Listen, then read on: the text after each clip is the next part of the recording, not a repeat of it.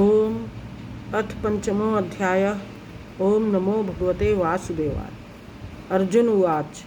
संन्यासं कर्मणां कृष्ण पुनर्योगं च शंससि यत् श्रेययेतयोरेकं तन्मे ब्रूहि सुनिश्चितम्। अर्जुन बोले, हे कृष्ण, आप कर्मों के संन्यास की और फिर कर्मयोग की प्रशंसा करते हैं, इसलिए इन दोनों में से जो एक मेरे लिए भली भांति निश्चित कल्याणकारक साधन हो उसको कहिए।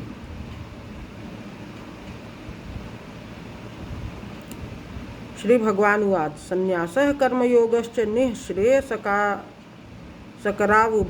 तयोस्तु कर्म संन्यासात् कर्मयोगो विशिष्यते।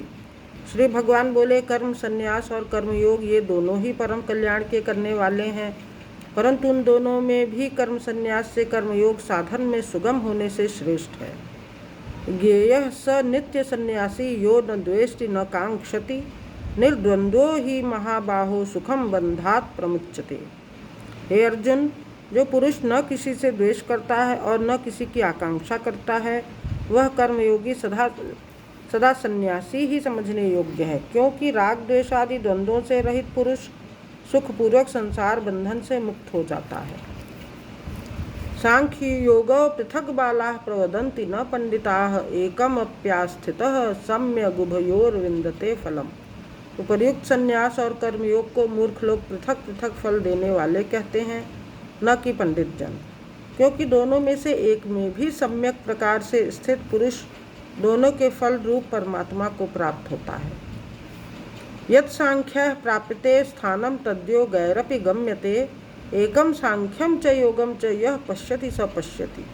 ज्ञान योगियों द्वारा जो परम धाम प्राप्त किया जाता है, कर्मयोगियों द्वारा भी वही प्राप्त किया जाता है। इसलिए जो पुरुष ज्ञान योग और कर्मयोग को फल रूप में एक देखता है, वही यथार्थ देखता है। संन्यासस्तु महाबाहो दुख माप्तुम योगतः योग युक्तो मुनिर्ब्रह्म न चिरेणाधिगच्छति। परंतु हे अर्जुन, कर्मयोग के बिना संन्यास अर्थात मन, इंद्रिय और शरीर द्वारा होने वाले संपूर्ण कर्मों में कर्तापन का त्याग प्राप्त होना कठिन है, और भगवत स्वरूप को मनन करने वाला कर्मयोगी पर ब्रह्म परमात्मा को शीघ्र ही प्राप्त हो जाता है।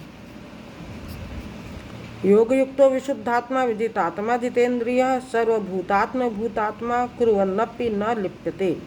जिसका मन अपने वश में है, जो जितेंद्रिय एवं विशुद्ध अंतःकरण वाला है और संपूर्ण प्राणियों का आत्मरूप परमात्मा ही जिसका आत्मा है, ऐसा कर्मयोगी कर्म करता हुआ भी लिप्त नहीं होता। नैव किंचित करोमीति युक्तो मन्येत तत्त्ववित् पश्यन् शृण्वन् वन् स्पृशन् शीघ्र न श्रीन् गच्छन् स्वपन् शशन् प्रबलन् विसृजन् गृहन्नुन्मिषन्नपि इंद्रियाणीन्द्रियार्थेषु वर्तन्त इति धारयन्। तत्व को जानने वाला सांख्य योगी तो देखता हुआ, सुनता हुआ, स्पर्श करता हुआ, सूंघता हुआ, भोजन करता हुआ, गमन करता हुआ, सोता हुआ, श्वास लेता हुआ, बोलता हुआ, त्यागता हुआ, ग्रहण करता हुआ तथा आँखों को खोलता और मूंदता हुआ भी सब इंद्रियां अपने अपने अर्थों में बरत रही हैं, इस प्रकार समझकर निसंदेह ऐसा माने कि मैं कुछ